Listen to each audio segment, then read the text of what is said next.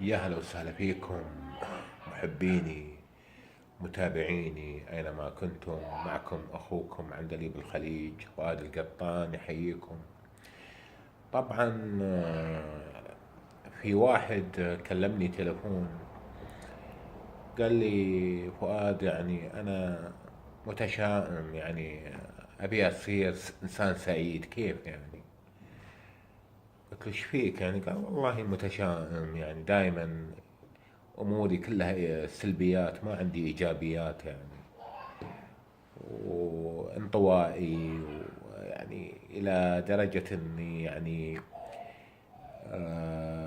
احب الوحدة المرة الوحشة الأليمة يعني.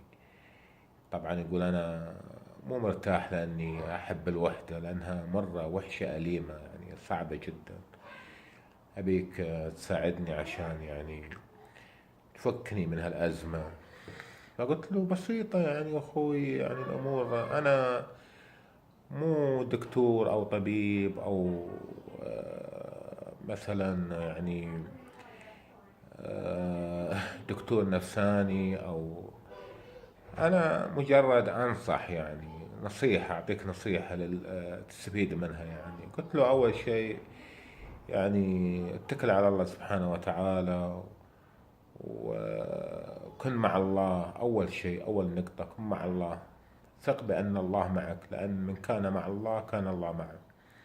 هذا أول خطوة تخطيها. طبعا الصلاة والعبادة والتقرب إلى الله سبحانه وتعالى، طبعا وعليك بالصدقات ومساعدة الآخرين. لا تنتظر جزاء ولا شكور منهم، وإنما اعمل المعروف لوجه الله سبحانه وتعالى يعني. لا تنتظر مقابلة الإحسان بمثله.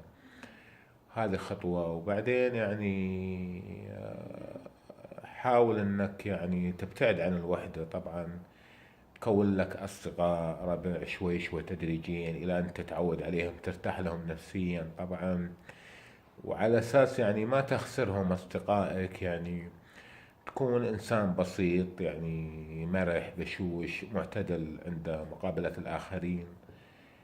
طبعا تحاول ان تخلق روح الدعابة والمرح في نفسك، وتعود نفسك على كذا. اضحك وسولف، ويعني خلك شخصية محبوبة يعني لدى الجميع يعني. وإن شاء الله أنك وحاول تبني لنفسك ثقة وتقدير على أن الناس خير منك استعداد، أو أحسن رأي أو أرجح عقل. تكون وضعت قدمك على أول خطوة من خطوات النجاح.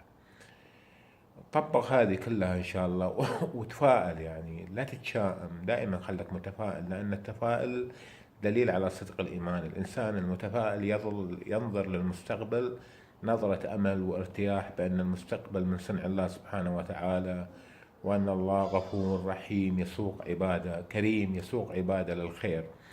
عكس الإنسان المتشائم ما يتوقع إلا المصائب والكوارث إلى أن تسحقه الحياة بعجلاتها السريعة يعني.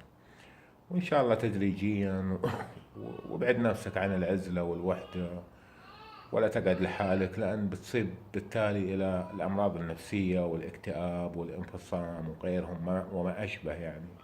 حاول إنك تتجنب العزلة، تروح تكون لك ربع، تقعد في الديوانية، تقعد في استراحات، تقعد في مجالس، تروح حسينيات، تروح مساجد، تروح أفراح، تروح مناسبات حلوة. وعود نفسك، وإن شاء الله إنك تكون يعني بعدت عن الوحدة مثل ما قلت، يعني أنت المرة الوحشة الأليمة يعني. مع تحياتي أخوكم عندليب الخليج فؤاد القط.